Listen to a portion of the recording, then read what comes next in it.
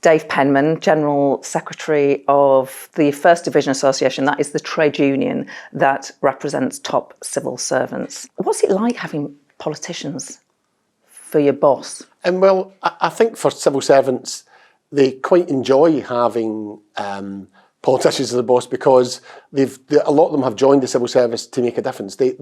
Lots of people who do the sort of jobs that we represent have chosen public service when they could have gone elsewhere. And they do that because they want to make a difference. They want to influence ministers, they want to support government, they want to change the world, why a lot of politicians come into government. So they want to work closely with ministers and support ministers in what they do. That's what drives them to become civil servants and drives them to get to the top of the civil service. Okay, let's talk about the allegations that have been made from some of your members in relation to the Deputy Prime Minister, Dominic Raab. You said in a previous interview that some civil servants were bullied, allegedly, and suffered mental health crises. Really? Yeah, I mean, the cases I've been dealing with, those individuals, it's taken a lot for them to come forward with a complaint. It's not an easy thing to do, to complain about a minister. It's never easy to challenge that sort of behaviour. And they've done that because of the absolutely devastating effect it had on them. Now, that's been investigated. It's right that that investigation concludes on the facts that people are bringing forward to it. But when I see stories that look to kind of belittle the conduct and suggest that civil servants are snowflakes, as some former ministers have talked about this, it doesn't really chime with the evidence and the experience of those that I've dealt with. So that's why I talked about the impact it's had on people. And this investigation, while it is going on, Dominic Raab has said he has behaved professionally at all times. Just want to put that on the record. Obviously, the investigation will take its course. How do you define bullying? There is no legal definition of bullying, and so it can take many forms. It's often characterised around shouting and swearing. There were accusations against another minister around shouting and swearing. Remind us who that was. With Priti Patel, and the evidence suggested that's what she had done. She shouted and swore at her civil servants. She would have denied that. She denied it, but she was found guilty of it by an independent investigation. But it can take the form of microaggressions. It can be about control. It can be about demeaning individuals. People don't have to shout to intimidate people. So bullying can take many forms. It's an abuse of power. At its heart, that's what it is. And where you have a differential in a power dynamic, so a government minister, in this case a deputy prime minister, one of the most powerful people in the country, and a civil servant working for them, then potentially you can have an abuse of that power relationship. And as I say, it can take many forms. Most people in working life have come across bullies. You'll have experienced that as managers or work colleagues. You'll have seen what it looks like. And I think that's why it's quite insulting when some people talk about this and talk about, hard management or, demanding a lot from people. Everyone knows the difference between a bully and a good manager who is demanding and expects high standards. They're very different things. So at the time of recording, there is a piece in the Financial Times. We're recording on Thursday, the day that piece appears. It makes reference to how the Deputy Prime Minister deals with policy papers submitted by civil servants, grading them on a scale of 1 to 4. Some people might say, well, it's helpful feedback. Is that bullying? It depends, because I suspect what you're getting, and this is the difficulty just now, is you're getting a partial picture. You're getting isolated instances taken out of context and saying, is that one thing on its own bullying? If you can imagine, if someone created 100 rules around how you performed, many of which could be contradictory, and was demeaning and insulting to you if you didn't meet any of those 100 potentially contradictory rules. You could take one of those rules out and say, well, that in itself, is that important? But if there are 100 rules that make it impossible, essentially, for you to do your job properly or to do it to the level that's expected, then that's when you can see how those patterns of behaviour can potentially become bullying and controlling. And just to stick with this Financial Timepiece, they spoke to 5 senior civil servants. 4 said they believed Dominic Raab's conduct involved bullying. The 5th defended the Deputy Prime Minister and highlighted his grading of officials'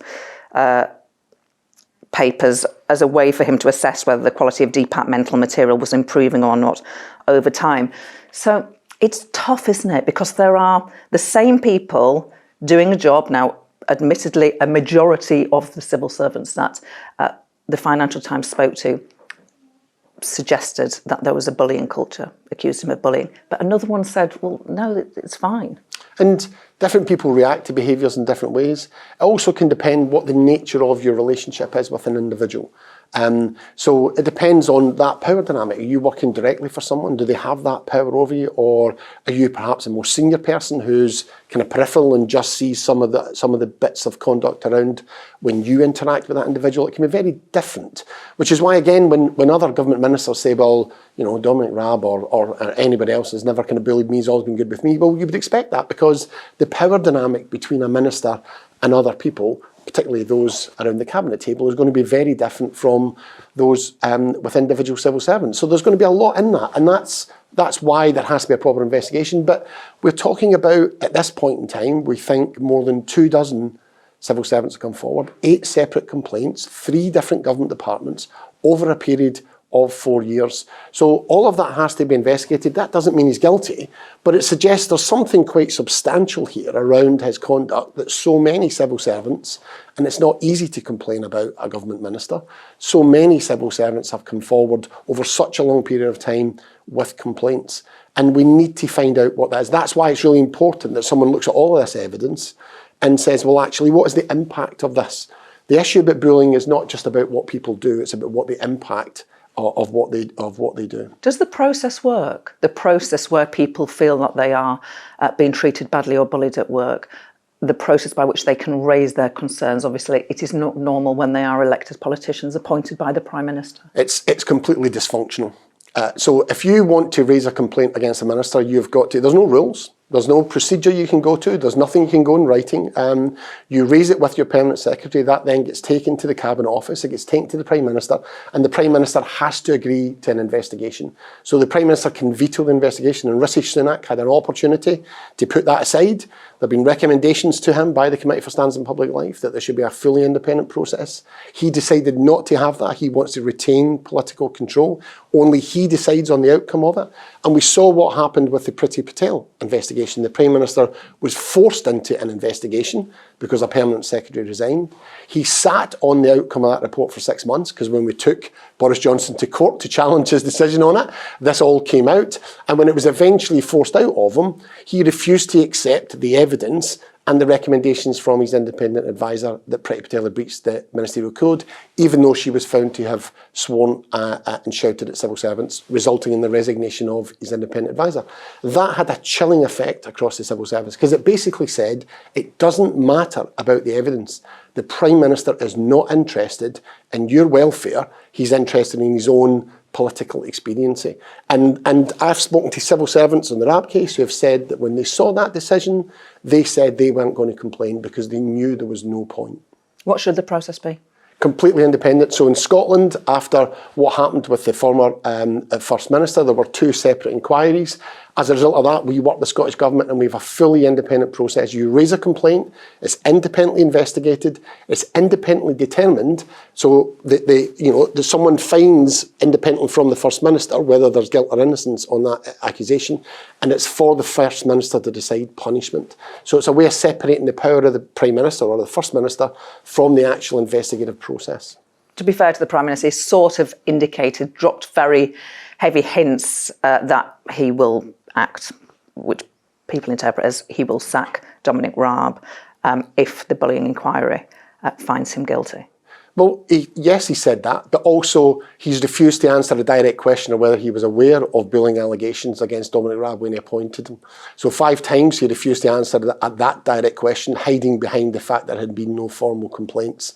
And when he appointed his ethics advisor in December, after this investigation was launched, he decided to keep the remit that Boris Johnson had for his ethics advisor, which means he retains a veto on whether there's investigation and only he determines the outcome. So yes, he said some positive things and he talked about integrity and accountability when he walked into Parliament, but he'll be judged by his actions on this. And up till now, there are questions about the choices and actions that he's taken. It must be quite a difficult time for Dominic Raab. It must be incredibly stressful. The inquiries, they're not quick, these things. We don't know, but if it was me, it would be causing me sleepless nights. Is there a danger that you're bullying? I don't think you can say that people who are accusing some of the most powerful people in the country are kind of reverse bullying. It's really, really difficult to challenge that sort of behaviour in any workplace. It's almost impossible in the civil service because of the process that you have to go through and the hoops that you have to jump through. You cannot underestimate how difficult it has been for these individuals to challenge that. What should have happened here, because if this was any other workplace and Dominic Raab was any other employee, he would have been suspended. If any employer was faced with this level of accusations, the breadth of it, the scale of it, they would have taken a decision to suspend someone while they conduct an investigation. And he's not. He's still in post, and the Prime Minister has refused to do that. So Dominic Raab has not been treated worse than other employees. He's been treated better than any employee up and down the country would be treated. Is it hard for people in the department to go to work at the moment? It will be. It can be easy. You imagine working in that department and having had the courage to raise a complaint against the Deputy Prime Minister of the country and still having to walk in the front door when he's the Minister. At that point in time, that cannot be easy for those individuals who are still working in the department. And I know it's not easy for civil servants who are not working in the department. No one wants to be in this position. No one wants to have their name revealed to the Deputy Prime Minister as someone who's complained against them. No one wants to deal with that. They want these things to be dealt with more effectively earlier on. And it takes a lot to actually come forward and raise that sort of complaint. So I can't imagine what it's like to be one of those complainants working in a department where Dominic Raab's still the Secretary of State. Let's try and bring some positivity as we conclude this interview. First of all, can you give some advice perhaps to cabinet ministers on how they might be a good boss? Are there exemplars out there you think, you know what, that cabinet minister was really great? So it's interesting, when you talk to civil servants, quite often the public persona of ministers is not necessarily what they experience, and they'll talk about ministers who perhaps have got quite a bad reputation about being really good ministers. The civil service has a duty under its code to provide ministers with the best professional, evidence-based advice. It's why we have a permanent and impartial civil servant. So the civil service says to ministers, this is what the evidence shows, Minister. You make a decision on this, but this is my advice around it. Good ministers listen to that. They respect that advice. They can disagree with it. They ultimately make decisions, but they understand that civil servants are doing their job to provide, which quite often can be challenging. As a minister, you can come with preconceived ideas and to find those challenged by the evidence. That's the nature of politics and government. But actually understanding and respecting that, even if you ignore it, which you're free to do as a minister. But you also need to encourage it. Because that challenge, why the civil service is set up that way, is to make for better government, to make for better policy, to allow the civil service to essentially, to some degree, challenge those preconceived ideas. Even though ultimately ministers make the final decision, that challenge makes for better policy decisions. It gets the difficulties out of the way. And ministers need to create an environment where they welcome that challenge. Good ministers too, because they're confident of their own ability, they're confident of their views, and they're also confident enough to change their mind if the evidence suggests something different. That's what good ministers do, and there's plenty of good ministers out there. You don't want to single anyone out as a particular exemplar. You don't have to. No, I mean, there are plenty of them. I mean, people often talk about Michael Gove, right? So talk about a very high-profile current minister. Michael Gove, very respectful of his civil servants, has a really good reputation with civil servants. He understands the nature of being a minister. It's a difficult job. And he understands and respects the value of the civil service. Lord Mandelson was a very popular minister when in the Labour government years, applauded when he returned back to kind of DTI spontaneously, kind of stuff, because again, he spoke to civil servants there and said he was really respectful of their opinion, understood his role, which was to make decisions, understood the role of civil servants, which was to give them robust advice. Dave Penman, it's so important on this channel, on this programme, that we get the views of trade union leaders, that we get views from across the political spectrum. Fascinating to hear your thoughts, because you have a very unique job representing workers in a very unique situation. Dave Penman, thank you. Thank you very much.